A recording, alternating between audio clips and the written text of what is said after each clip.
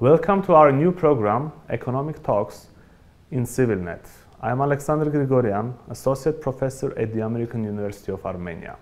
In our talks, we invite representatives from international organizations, think tanks, government agencies and private sector to discuss Armenian topics as well as topics relevant for the region. Today we host Manuk Hergnyan, Managing Partner at EV Consulting and Granatus Ventures, and we will discuss the Armenian economy from the competitiveness perspective. Hi Manuk. Hello. I'm happy to invite you, and I will just start from the first question. Do you think that after Velvet Revolution, Armenia experiences institutional changes, meaning that we have substantial improvement in the rule of law, access to opportunities and more secure property rights? First of all, thank you for the invitation. I think the radical changes that happened after the Velvet Revolutions had their profound impact on the institution and business environment in Armenia.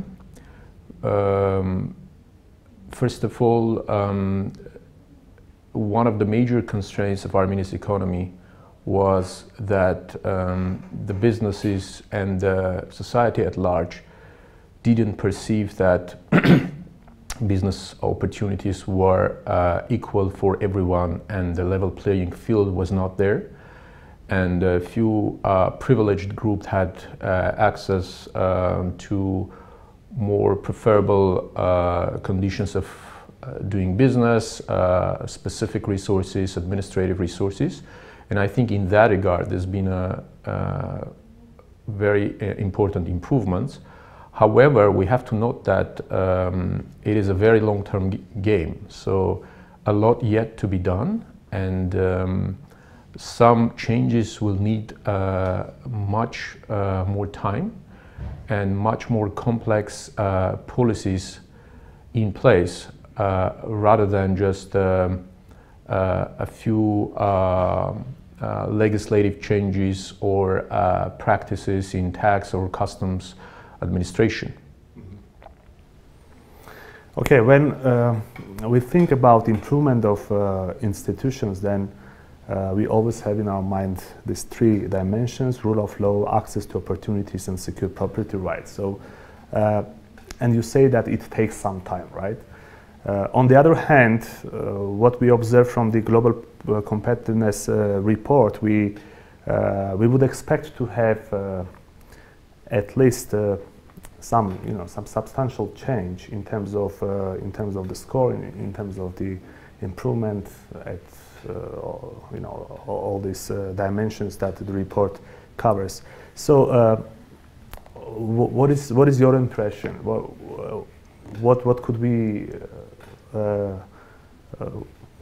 So let's go ahead. So, what do you think that we could improve more than what we have? I think the Global Competitiveness Report basically provides this score for the economies to measure their level of competitiveness, and the competitiveness is quite a complex phenomena, and that comes to show that only improving one aspect of the economy is not enough to have a radical shift in economic performance. The score is based on more than 100 indicators, spanning from institutions to healthcare, primary education, until business practices and innovation activities in the economy. So it's quite a comprehensive indicator, and it shows the ability of the economy to grow in the midterm perspective. And basically with the underlying factor being the productivity of the economy. And it's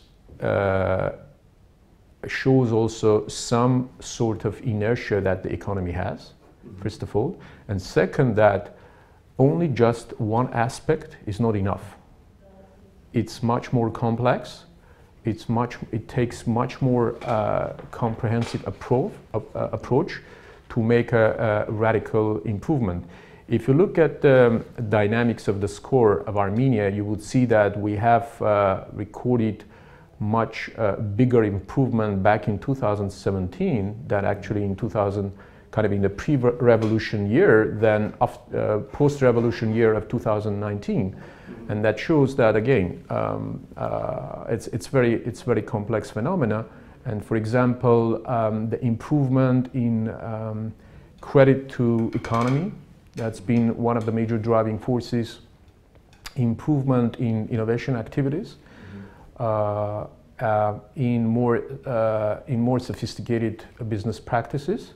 These are all driving the improvement back in 2017, and plus also these scores also reflected the trend on improvement on some institutional aspects, including the business environment. So we can state that the improvement started actually much earlier, although the 2018 events brought too much kind of radical shifts, and the perspective of translating those improvements into a real economic growth would depend on much more larger set of factors rather than just only a few improvements in business environment,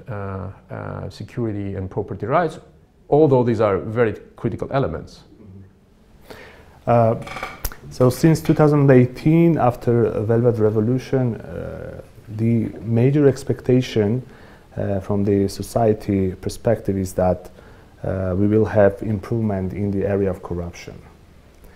And this should have been in some or the other way reflected in the scores, also in the ranking in 2019. What do you think about that? I mean, it seems it is not really reflected because we have just 1 point improvement in terms of the rank among 190 or so countries. Yeah, as I said, this is only one indicator. And just to give you a larger perspective, back in 2014, we did what we call a growth diagnostics and identifying the constraints to economic growth to Armenia. And we identify 4 sets of factors, the so-called binding constraints to economic growth. Think of that as kind of the bottleneck, right, in the economic growth.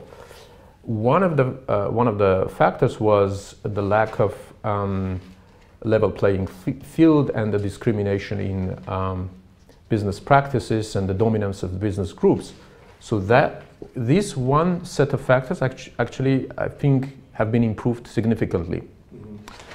But the next 3 factors take much more I would say a sophisticated effort and a longer term to improve.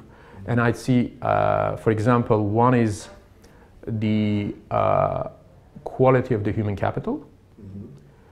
And you would be surprised how many enterprises would think that the major constraint to their growth is their inability to find the adequately trained professional managers and employees. Okay. And that's a very complex problem that goes back to the educational system and the scale of the economy, etc. The third set of factors was the level of the financial diversification of the economy. As you know, financial sector is dominated by the banking sector. And we have very few non-banking institutions, such as private equity funds, or there's been a quite interesting development in the pension sector, but still this non-banking sector is quite less developed, and this is one of the binding constraints for the economic growth. And the fourth one actually is the lack of new economic opportunities. Armenia is specialized in areas where you would see very few opportunities to jump to other more sophisticated economic activities to start export or to expand the economy. And this is a very critical constraint. And in terms of these three factors, there's been very little improvement. And there's been very little effort to improve. So you are talking after 2018, right? About these three factors, or maybe even going back to? Even going back to it. And you would see that this is also reflected in the level of the investments. If you see now, the level of the investments in GDP is historically low. So this is kind of a paradox, right? Both private and public, or you are? General. General. The general gross fixed capital formation, or the general level of the investment in GDP, is fell to almost 15% in the GDP. So historically, we've had on average like 22%. We've had also at some point of time 40%. That was during the construction boom. But in order to grow fast, at least like 7.5%, according to our estimates, you would need closer to at least 25% of investment in GDP. So it's a paradox. After the revolution, Velvet Revolution, you have lower investment activity than before. So this shows that stimulating economic growth takes much more complex set of measures rather than just only in one direction. Okay. So there is always this discussion or kind of trade-off between scale versus institutions.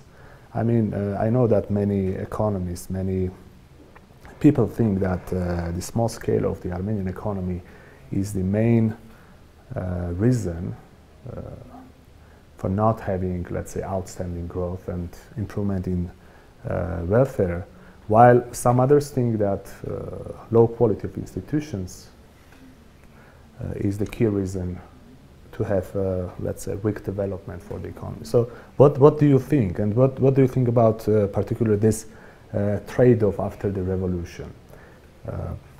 And maybe you can refer also the investments and expectations of investment from that perspective. So scale versus the quality of institutions.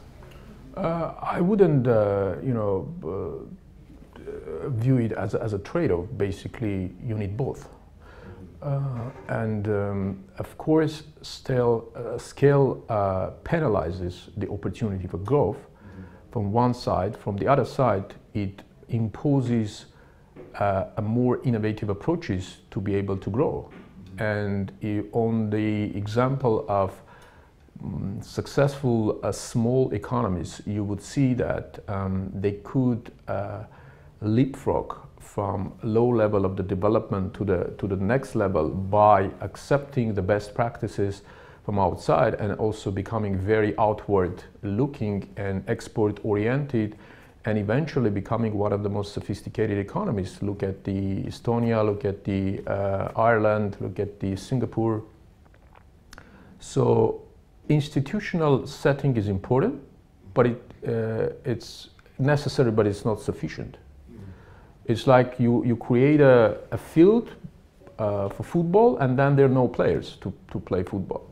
You can have the best football playground in the world, but if there are no players, you can then attract, right? You can attract the players. You can say that, look, what the conditions are. So that's maybe the time that we need to bring in. But exactly. Then scale comes in. Maybe some of the players will not come because the scale is not big enough to come with. Of course, that's why if you can't attract with scale, you have to attract with other opportunities and assets. And in our case, I guess, in the last National Competitiveness Report, we set out kind of our vision for Armenia to be the country for fast learners. Actually, this is becoming an increasingly important decision criteria for many companies to relocate to specific countries in order to access the talent, the human talent, that can earn very fast, because the knowledge is becoming obsolete very quickly, and even the higher education institutions that are providing knowledge now, in a few years, that knowledge becomes obsolete, and the single important trait of human capital is becoming how fast they can learn new knowledge. So if you can achieve this, actually, it could be a really attractive positioning for Armenia in terms of a destination for investments, a destination for doing much more sophisticated businesses. And you think that having human capital will be sufficient to kind of raise the product without, let's say, physical capital that you need to complement? Or it's kind of maybe exporting a product that we can have within Armenia without human capital? So what is the economic model then? No, of course, that won't be enough. As I said, the business is very complex. You have to have multiple factors. So, but that's something that you can build your competitive advantage on. And on the example of IT, you could see that's been happening.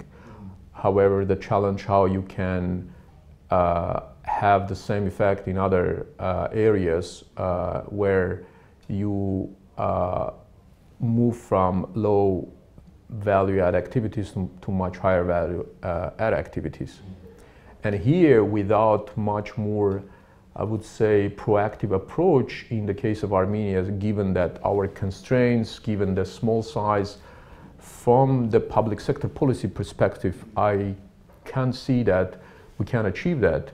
It's just a very extremist view of libertarian view of the economy, where you just create the environment and then you wait, then the players come in and then do the business. It's not going to happen with Armenia. On top of that, if you add our security challenges, then definitely we need a bit of different approach and a bit much more proactive and much more organized way of conducting economic policy.